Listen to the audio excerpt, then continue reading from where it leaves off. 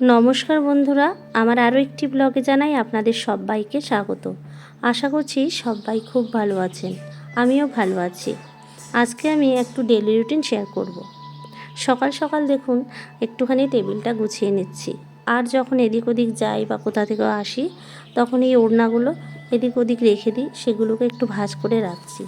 ডেলিকার জিনিস গুছিয়ে না রাখলে তো চারিদিকে আরও অগোছালো হয়ে যাবে, কিন্তু কিচ্ছু করার নেই। আমি গুছিয়ে রাখলেও দুজন আছে, তারা আমার পুরো গোছানো জিনিসটাই অগোছালো করে দেয়। তবুও তো গোছাতে হবে, না হলে তো আরও অগোছালো হয়ে যাবে, এটাই একটা ব্যাপার। আজকে ভাবছি এই পর্দাটা একটু কেচে নেব, তার জন্য খুলে নিচ্ছি। আর এই পর্দাটা এখন এখানে আর কয়েকদিন ব্যবহার করব না। ভাবছি দোতলার ঘরে এই পর্দাটা লাগিয়ে দেব। দোতলার ঘরটায় ফার্নিচার সেরকম নেই বলে একটু ফাঁকা ফাঁকা লাগে, তবে পর্দাগুলো দেওয়া থাকলে ভালো লাগবে। আর এইখানটাতে ভাবছি অন্য কালারের পর্দা লাগাবো। আমি কিন্তু আমার ঘরের সমস্ত জিনিসপত্র এইভাবে অল্টারনেট করে ব্যবহার করি, যাতে একঘেয়েমি না আসে। অনেক দিন ধরে যারা ভিডিও দেখছেন তারা ভাবতে পারেন আপনারই কি শুধু একঘেয়েমি আসে, এরকম মানুষ তো দেখা যায় না। কি করব বলুন তো, আমার শুধুমাত্র এরকমই হয় যে আজকে এই জিনিসটা এখানে রেখেছি তো কালকে সরিয়ে রাখি, মানে এরকম সবসময় কিছু না কিছু করতে ইচ্ছে করে। ওই যে বলে না, এক একটা মানুষের এক একটা ম্যানিয়া থাকে, ঠিক সেরকম এটা আমার ম্যানিয়া। কিছুতেই ত্যাগ করতে পারছি না। ঘরে কিন্তু সেরকম কেউ আসা যাওয়াও করে না, সেরকম কিছু না। তবুও সবসময় মনে হয় যে এটা এখানে রাখি, এটা এখানে রাখলে ভালো দেখাবে। এই ব্যাপারগুলো হাজব্যান্ড বারণ করে যে তুমি এত কিছু করো, তার ভিতরে এই সমস্ত করো, আরও অনেক টাইম চলে যায়, কিন্তু ওই যে নিজেকে কন্ট্রোল করতে পারি না। বেশ কিছু জামা কাপড় ভিজিয়ে নিলাম, আর বেশ কিছু রেখে দিলাম আবার পরে ভেজাবো বলে। সকাল সকাল যদি এই জামা কাপড়গুলো ভিজিয়ে না দেওয়া হয় তাহলে কিন্তু ঠিকঠাক পরিষ্কার হয় না। আর যখন স্নানে যাই ফটাফট তখন ওগুলো ধুয়ে নিলেই পরিষ্কার হয়ে যায়। বেসিনটায় একটুখানি পরিষ্কার করলেও এই যে সাদা সাদা দাগ ধরে গেছে, এটা কিছুতেই যাচ্ছে না। কিভাবে যে এই দাগটা যাবে জানি না। কিছু জিনিস কিনে এনেছি, দেখি ওগুলো অ্যাপ্লাই করে দাগটা যায় কি না। এখানকার আয়রনের হলুদ রঙের হলেও একটা সাদা স্তর কিন্তু পড়ে যায় সব জিনিসে।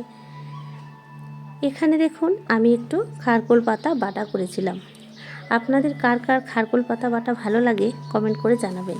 সেটার একটা শর্ট ভিডিও করেছিলাম, আর কিছু ফটো তুলেছিলাম এফবিতে আপলোড করার জন্য। সেটারই একটা ছোট্ট ক্লিপ আপনাদের সাথে শেয়ার করে নিচ্ছি।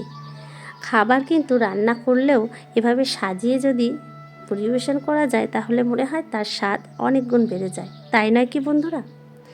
এবার আমি আমার এই বেসিনের যে জায়গাটা আপনাদেরকে দেখালাম, ওই জায়গাটা একটু ডেকোরেট দেখতে লাগার জন্য আমি কিছু মানি প্লান্ট উপর থেকে নিয়ে আসলাম, যেখানে ছাদে হয়েছে অনেকগুলো।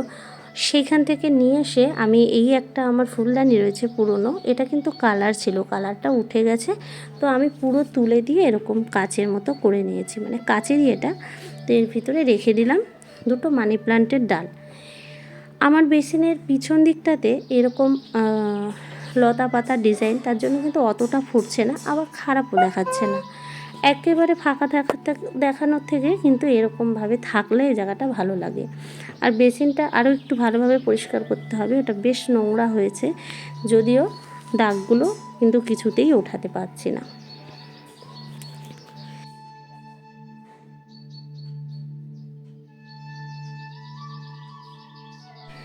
জীবনের সমস্যাগুলো দিন দিন যেন বেড়েই চলেছে। সমস্যা থেকে তো পিছু হটা যাবে না, সেই জন্য সমস্যার সাথে সামনে দাঁড়িয়ে মোকাবিলা করতে হবে।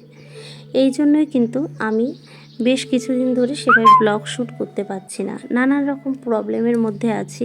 সেটা আর কতটাই বা ব্লগের মাধ্যমে শেয়ার করা যায়। পার্সোনাল জিনিস খুব বেশি না দেখানোই ভালো। আর এদিকে কিছু জিনিস এনেছি, সেই জিনিসগুলো আমার মেকআপের আর কি যে ব্রাইডাল কোর্সটা করছি সেখানে লাগবে। তো এখানে রয়েছে একটা বায়োটিকের ভালো অয়েল ফ্রি টোনার, আর একটা হচ্ছে যে মেকআপ ব্রাশগুলো আছে সেগুলোকে পরিষ্কার করার একটা জিনিস দুটো অল্প দামে বেশ ভালোই এসেছে, সেই জন্য আপনাদের সাথে একটু শেয়ার করে নিলাম। এগুলো আমি নাইকা থেকে অর্ডার করেছি, আপনারা কিন্তু ফ্লিপকার্টেও বা অ্যামাজনেও পেয়ে যাবেন। তো যে কথা বলছিলাম, দিন দিন সমস্যা এতটা পরিমাণ জাঁকড়ে ধরছে চারিদিক থেকে, কিন্তু কিছুতেই আমাদের থেমে থাকলে চলবে না। পরিস্থিতির সাথে কিন্তু মোকাবিলা করে সামনের দিকে এগিয়ে যেতেই হবে। কিছুদিন এই সমস্ত জিনিস ভেবে মনে দুঃখ পেয়ে একটু অসুস্থই হয়ে গিয়েছিলাম।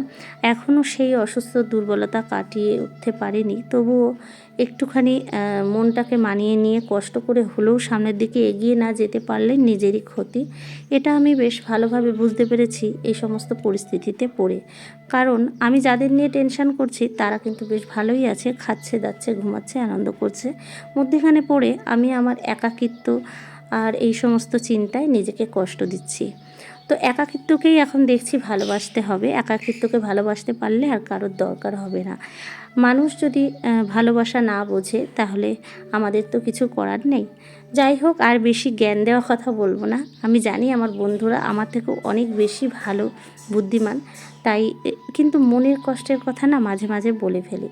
তো যাই হোক বন্ধুরা, আজকের ভিডিওটা এখানেই শেষ করলাম। ভালো লাগলে আমার চ্যানেলটি সাবস্ক্রাইব করে আমার পাশে থাকবেন, লাইক কমেন্ট করে জানাবেন ভিডিওটি কেমন।